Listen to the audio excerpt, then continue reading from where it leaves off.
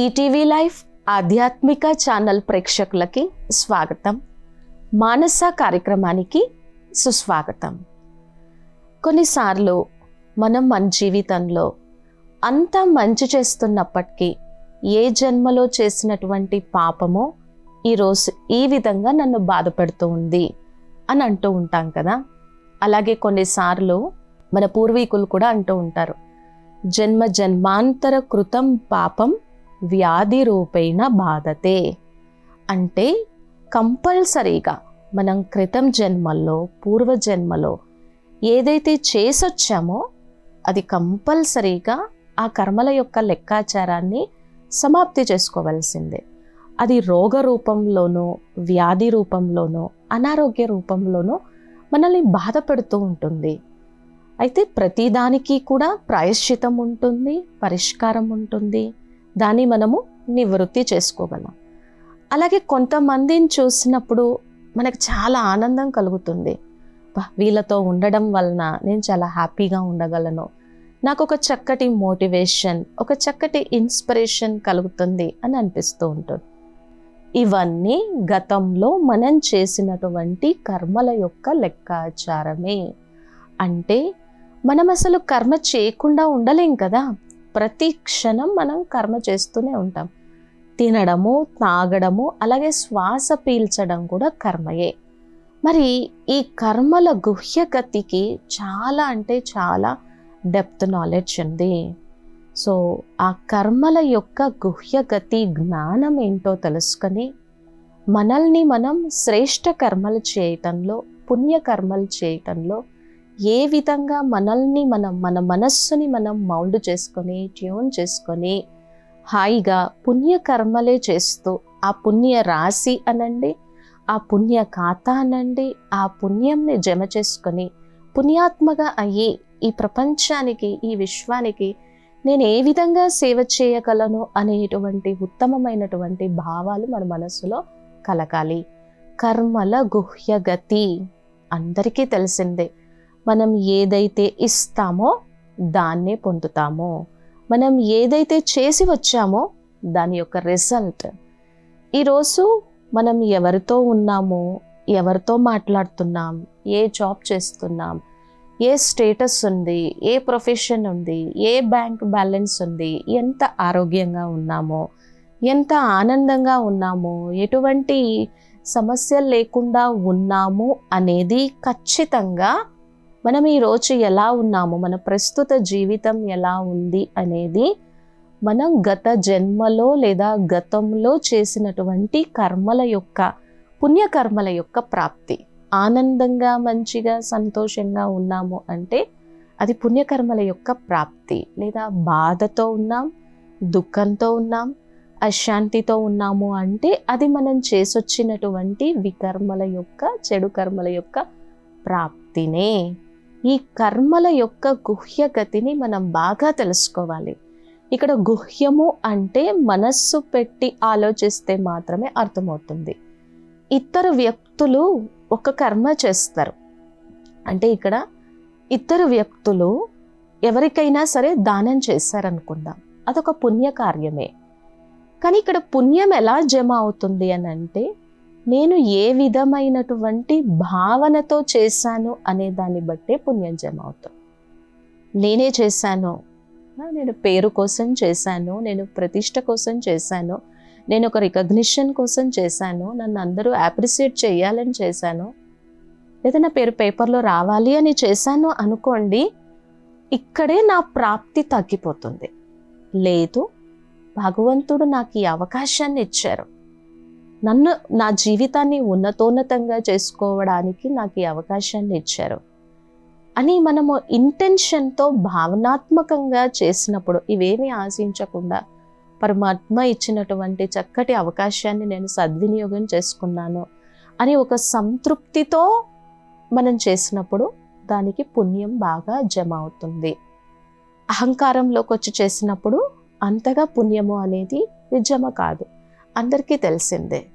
కొంతమంది వ్యక్తులు ఎలా కర్మ చేస్తారు అంటే చాలా చాలా నిమిత్త భావనతో, నిర్మాణ చిత్తంతో కర్మ చేస్తారు. నిమిత్త భావన అంటే చేసి చేయించేటువంటి పరమాత్మ సదా నాకు తోడుగా ఉన్నారు. నేను ఆయనకి ఇన్స్ట్రుమెంట్ని, నేను ఆయనకి ఉపకరణాన్ని, ఆయన ఇచ్చినటువంటి శక్తితో, ఆయన ఇచ్చినటువంటి బుద్ధి బలంతోనే నేను ఇదంతా ఈ కార్య వ్యవహారాన్ని నడిపించగలుగుతూ ఉన్నాను. ఆ తండ్రి లేకపోతే నాకు ఏమీ రాదు అనేటువంటి ఒక నిమిత్త భావన, ఒక నిరహంకారి స్థితితో చేస్తారు. అప్పుడు దానికి పుణ్యకర్మ, పుణ్యఖాత అనేది ఎక్కువ జమ అవుతుంది. ఇదంతా నేనే చేస్తున్నాను, ఇదంతా నా వల్లనే జరుగుతుంది అనేటువంటి అహంకారంలోకి వచ్చినప్పుడు పుణ్యము అనేది జమ కాదు. అలాగే కర్మల యొక్క గుహ్య గతిని మనం తెలుసుకోవాల్సి వచ్చినప్పుడు ఇతరులకి ఏదైతే ఇస్తామో అదే మనం పొందుతాము. మరి ఈ రోజు నా జీవితంలో ఇతరుల నుంచి ఇది వస్తుంది అని అంటే నేను ఒకప్పుడు ఎప్పుడో ఇచ్చాను అని దాని అర్థం. వాళ్ళ నుంచి ఎప్పుడు నెగిటివ్ ఎనర్జీనే వస్తుంది, వాళ్ళ నుంచి ఎప్పుడు దుఃఖము, అశాంతి, బాధయే కలుగుతున్నాయి అనుకోండి. ఒకప్పుడు నేను ఇచ్చి వచ్చాను. మరి ఇప్పుడు ఏం చేయాలి? నాకు కర్మల యొక్క రహస్యం అర్థమైంది. శ్రేష్ఠ కర్మలు, పుణ్యకర్మలు ఎలా చేయాలి అనేటువంటిది అర్థమైంది. ఇప్పుడు నన్ను నేను చాలా అంటే చాలా శక్తిశాలిగా చేసుకొని మళ్ళీ తిరిగి ఎట్టి పరిస్థితుల్లోనూ దుఃఖం ఇవ్వద్దు, అశాంతి ఇవ్వద్దు, బాధ ఇవ్వద్దు, మళ్ళీ తిరిగి సుఖాన్నే ఇవ్వాలి. ఇది కర్మల యొక్క గుహ్యమైనటువంటి రహస్యము. ఎందుకంటే పుణ్యం మనతో పాటే వస్తుంది, పాపం మనతో పాటే వస్తుంది. పుణ్యం ఆనందాన్ని ఇస్తుంది, సంతోషాన్ని ఇస్తుంది, ప్రశాంతతని ఇస్తుంది. పాపం మనకి దుఃఖాన్ని ఇస్తుంది, బాధ కలిగిస్తుంది అనుకున్నప్పుడు తెలివైన వారు, వివేకి అయినటువంటి వారు, జ్ఞాని అయినటువంటి వారు ఏ విధమైనటువంటి మాయా ఆకర్షణలకి లోను కాకుండా పుణ్యమే చేస్తారు. ఎందుకంటే పుణ్యాత్మల యొక్క అవసరము లేదా పుణ్యకార్యం యొక్క అవసరము చాలా అంటే చాలా ఉంది. దీన్ని మనము మహాభారతంలో ఒక చక్కటి ఉదాహరణతో చూద్దాము. మనకి మహాభారతం అనగానే పాండవులు, కౌరవులు ఇద్దరు గుర్తొస్తారు. కానీ ముఖ్యంగా మనకి గుర్తొచ్చేది పాండవులు. అనగా పాండవపతి అయినటువంటి పరమాత్మని సాన్నిధ్యాన్ని నిరంతరం అనుభవం చేసుకున్నటువంటి వారు. అందులో ధర్మరాజు ఎప్పుడూ కూడా ధర్మాన్ని ఆచరిస్తూ వచ్చారు కదా. సో ఒకసారి ధర్మరాజు 5 నిమిషాల కోసం మాత్రమే నరకానికి వెళ్తారనమాట. 5 నిమిషాలు నరకంలో ఉంటే ఆయన పాపం అంతా కూడా తొలగిపోయి తర్వాత ఆయన స్వర్గ ప్రాప్తిని, వైకుంఠ ప్రాప్తిని పొందుతారు. సో 5 నిమిషాల కోసం నరకంలోకి వెళ్ళినప్పుడు పుణ్యాత్మ కదా, మనస్సు నిండా, హృదయం నిండా పరమాత్మని నింపుకొని ధర్మం ప్రకారం నడిచినటువంటి వారు. ఎంత క్లిష్ట పరిస్థితులు వచ్చినా కూడా అప్పుడు కూడా ధర్మం ప్రకారం నడిచినటువంటి వారు. ఎందుకు ధర్మరాశికంత విశిష్టత మహాభారతంలో చెప్పటం అవుతుంది అంటే, అన్ని రకాలుగా పరిస్థితులు బాగున్నప్పుడు ధర్మాన్ని ఆచరించడం మామూలు విషయము. క్లిష్ట పరిస్థితులు వచ్చినా, కఠినమైన పరిస్థితులు వచ్చినా కూడా ధర్మాన్ని ఆచరించడము అనేది చాలా గొప్పతనం. అది పాండవులలో మనకి కనిపిస్తుంది. సో ధర్మరాశుల విశిష్ట ఉన్నటువంటి కారణంగా ఆయన 5 నిమిషాలు నరకంలో ఉన్నప్పుడు ఆ నరకవాసులందరూ కూడా చాలా శాంతిని పొందుతారు. హే ధర్మరాజా, ప్రభు నువ్వు ఇక్కడే ఉంటే మాకెంతో ఆనందము, నీ వైబ్రేషన్స్తో, నీ ప్యూర్ ఫీలింగ్స్తో మాకెంతో హ్యాపీనెస్ అనిపిస్తుంది అని అంటారనమాట.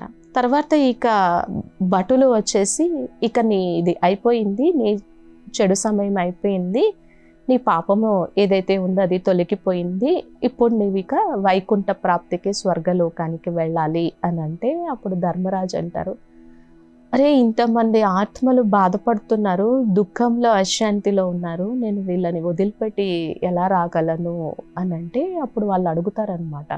వాళ్ళు చెప్తారనమాట, మరి ఎలా వీళ్ళని రక్షించాలి అని అంటే, నువ్వు ఏదైతే పుణ్యకార్యం చేశావో ఆ పుణ్యకార్యాన్ని వీళ్ళకి ఇచ్చేసే, వాళ్ళు కూడా పుణ్యాత్మలుగా అయిపోతారు అని చెప్తారనమాట. అప్పుడు ధర్మరాజు నిజంగానే నేను ఇప్పటి వరకు చేసినటువంటి పుణ్యకర్మల్ని, పుణ్యరాశిని అంతా కూడా నేను వీళ్ళకి ఇచ్చేస్తున్నాను అని చెప్పి ట్రాన్స్ఫర్ చేయటం జరుగుతుంది.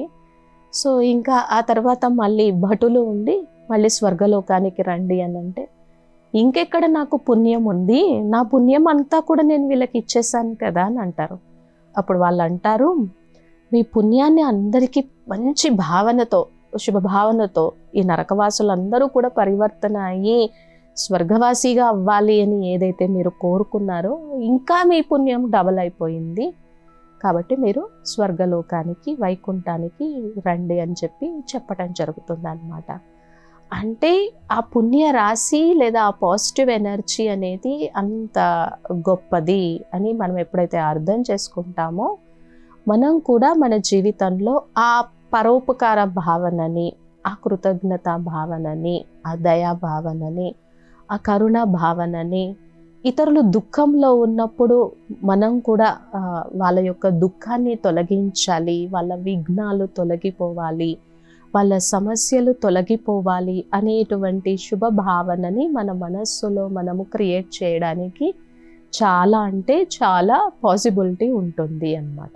సో ఈ కర్మల గుహ్యగతి జ్ఞానం కోసం మనం తెలుసుకోవాల్సి వచ్చినప్పుడు, పాపం చేస్తే దుఃఖి అయిపోతాం, బాధపడతాము, అందరికీ తెలిసిన విషయమే ఇది.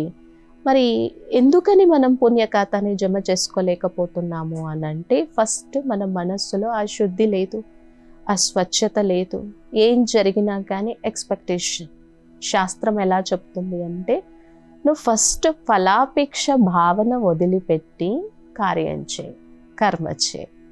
ఇక్కడ మనం ఏ కర్మ చేసినా కూడా ఈరోజు ఏమైపోయింది, నేను ఎదుటి వ్యక్తికి ఏదైనా సహాయం చేస్తే వీళ్ళు నాకు ఎప్పుడు ఎక్కడ ఎలా ఉపయోగపడతారు అనేటువంటి ఒక విజన్ కానీ ఒక ఇమేజ్ కానీ మనస్సులో పెట్టుకొని ఏదో ఆశించి చేస్తున్నాం. తద్వారా కూడా ఎంత పుణ్యం జమ అవ్వాలో అవ్వదు కదా. ఫలాపేక్ష భావన లేకుండా ఒక చక్కటి భావనతో, ఒక నిస్వార్థ భావనతో, ఒక శుభ భావనతో చేసినప్పుడు దానికి ఫలం మంచిగా ప్రాప్తిస్తుంది అన్నమాట.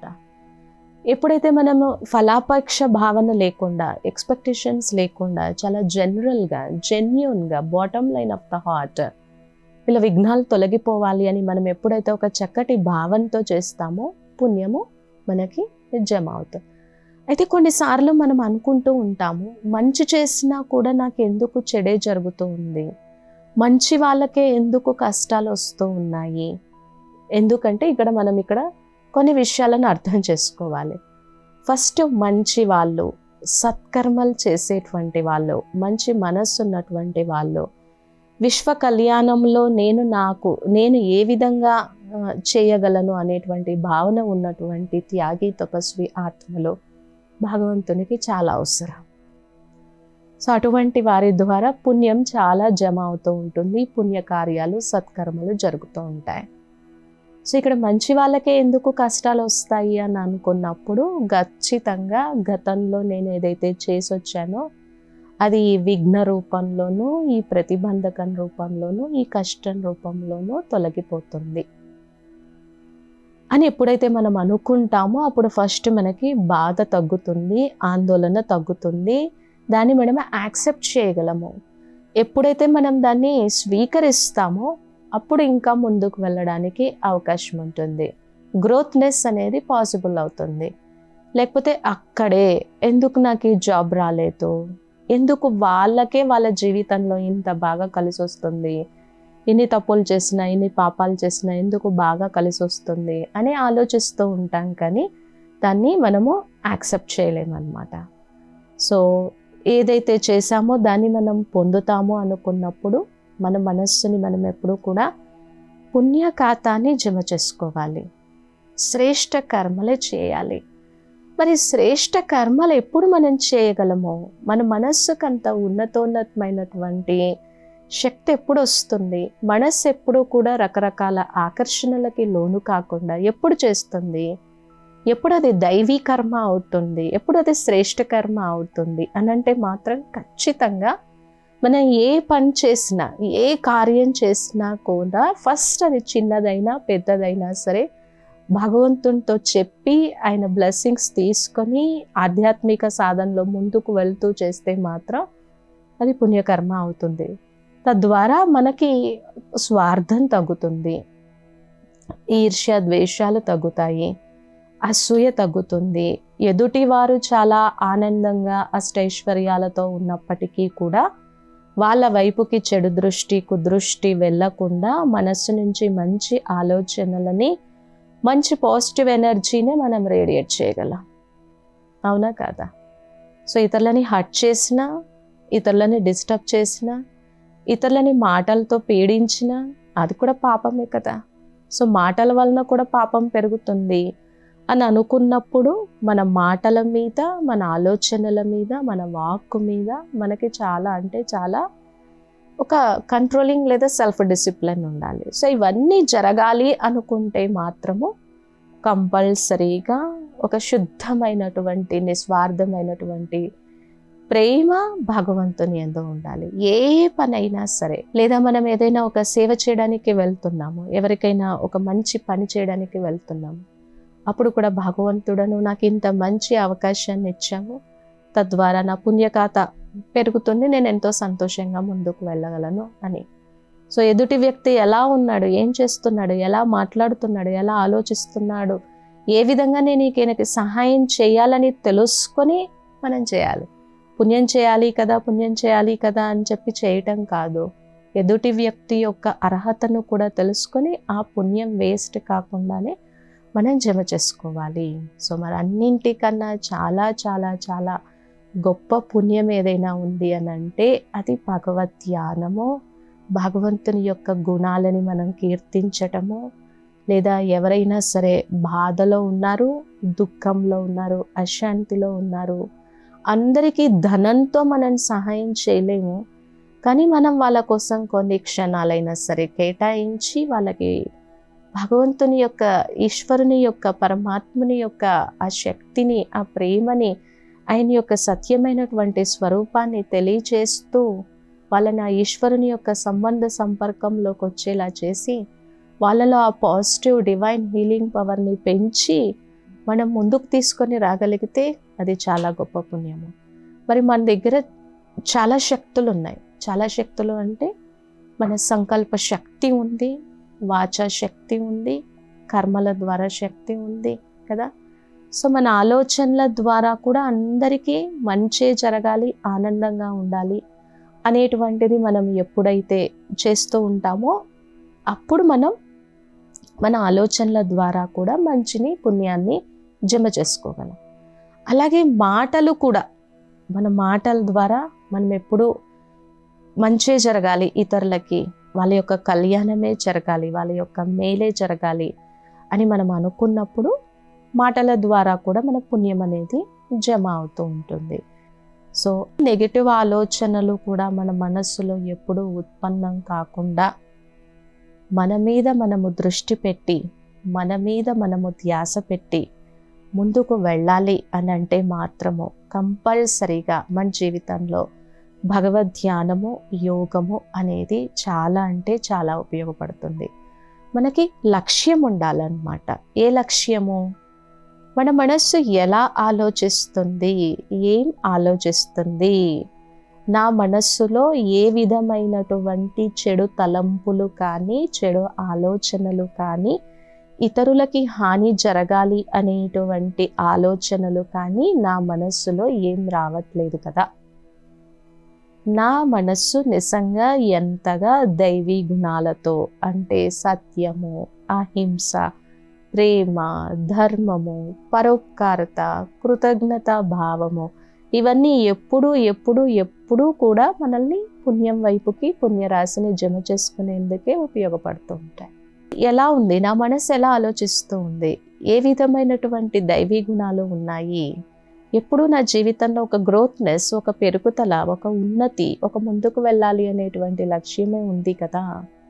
తర్వాత మనకి మనం చాలా దృఢ సంకల్పం ఉండాలి. నేను ఏ చేస్తే దాన్నే పొందుతాను, నేను పాపం చేస్తే మాత్రం దుఃఖం అనుభవిస్తాను అనుకున్నప్పుడు, నాతో వెంట వచ్చేది పుణ్యమే అని మనం తెలుసుకున్నప్పుడు, రియలైజ్ అయినప్పుడు, నన్ను నేను ఆలోచనల ద్వారా, మాటల ద్వారా పుణ్యమే చేయాలి, పుణ్య ఖాతానే జమ చేసుకోవాలి, అది నాకు ఎట్టి పరిస్థితుల్లోనూ ఉపయోగపడుతుంది, నా మనస్సులో ఈ ఈర్ష్య ద్వేషాలు కానీ, ఈ స్వార్థం ద్వారా కానీ, చెడు దృష్టి ద్వారా కానీ, చెడు వృత్తి ద్వారా కానీ నేను ఎప్పుడూ ఇతరులకి హాని చేయకుండా ఉన్నదా నా మనసు?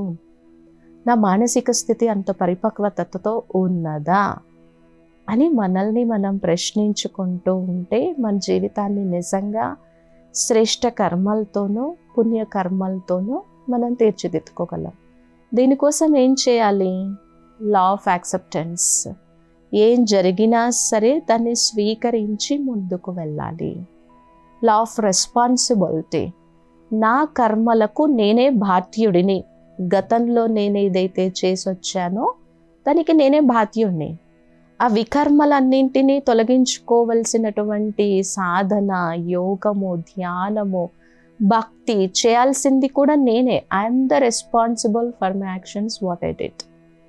నేనే బాధ్యుడిని అని లా ఆఫ్ రెస్పాన్సిబిలిటీ ఎప్పుడైతే మన జీవితంలో వస్తుందో అప్పుడు పెరుగుతుంది. Law of connection.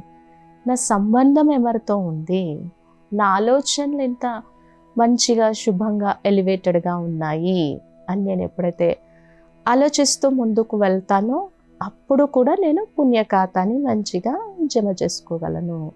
ఎందుకంటే మనల్ని రక్షించేది పుణ్యమే. ధనం ఉన్నప్పటికీ కూడా ఆ ధనాన్ని మనం సన్మార్గాన, ధర్మ మార్గాన సంపాదించకపోతే అదేం మనకి కలిసి రాదు. అది ఎన్నో అనారోగ్య సమస్యలకి దారితీస్తుంది. మన పిల్లలు వృద్ధిలోకి రారు. మనం అధర్మ మార్గాన సంపాదిస్తే చెడు వ్యసనాలకి, దుర్వ్యసనాలకి లోనైపోతూ ఉంటారు. అది మనల్ని శిక్షిస్తూ ఉంటుంది కదా. కాబట్టి నేను ఎలా ఉన్నాను, ఏం చేస్తున్నాను అని మనల్ని మనం ప్రశ్నించుకుంటూ నా మనస్సుని నేను ఎంత దైవీ గుణాలతో నేను సంస్కరించుకుంటున్నాను, దైవీ గుణాలతో ఎంత తయారు చేసుకుంటున్నాను అనేది ఉంటే నిజంగా ఈ జీవితము ఎంతో ఉన్నతంగా తయారవుతుంది. ఎందుకంటే మన భవిష్యత్తుని లేదా మన జీవితాన్ని ఎంత అనంతమైనటువంటి భాగ్యంతో, ఏ రకమైనటువంటి అష్టైశ్వర్యాలతో, సుఖంతో, శాంతితో తీర్చిదిద్దుకోవాలి అనేది అటువంటి భాగ్య రేఖలని, భాగ్య నిర్మాణాన్ని తయారు చేసుకునేటువంటి కళాన్ని భగవంతుడు మనకిచ్చాడు. సో అప్పుడు మనము మన మనస్సుని చక్కగా సంస్కరించుకొని భగవదోన్ముఖంగా చేసుకుని పాప భీతి లేకుండా, పాపపు ఆలోచనలు లేకుండా, మంచి దృష్టితో, మంచి ఆలోచన విధానంతో సన్మార్గంలో మనం ముందుకు వెళ్ళగలిగినట్లయితే ఎంతో పుణ్యఖాతాన్ని మనం జమ చేసుకోగలము. కాబట్టి ఈ కర్మల గుహ్యగతి జ్ఞానం తెలుసుకుంటూ మనల్ని మనం ఎప్పుడూ కూడా శ్రేష్ఠ కర్మలు, పుణ్యకర్మలే చేయాలి అనేటువంటి లక్ష్యం పెట్టుకొని పుణ్యరాశిని, పుణ్యఖాతాన్ని మనం జమ చేసుకొని మన భావాల ద్వారా, మన మాటల ద్వారా, మన దృష్టి ద్వారా ఆ పుణ్యాన్ని జమ చేసుకుందాం. ఈరోజు కర్మల గుహ్యగతి జ్ఞానం తెలుసుకొని శ్రేష్ఠ కర్మలు ఎలా చేయాలి అని ఒక చక్కటి దివ్యమైన అంశాన్ని చూసాము. మరొక దివ్యమైనటువంటి అంశంతో తర్వాత ఎపిసోడ్లో కలుద్దాం. ఓం శాంతి. నమస్కారం.